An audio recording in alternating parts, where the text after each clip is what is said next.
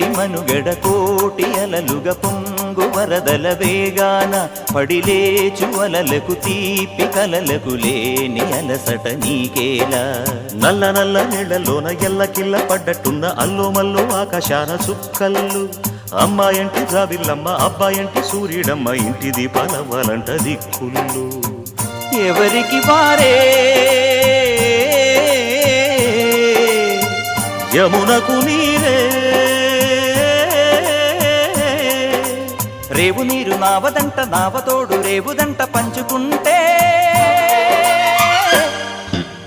గోరువంక వాలగానే గోపురానికి స్వరాల గణగణ గంటలే మోగనేలా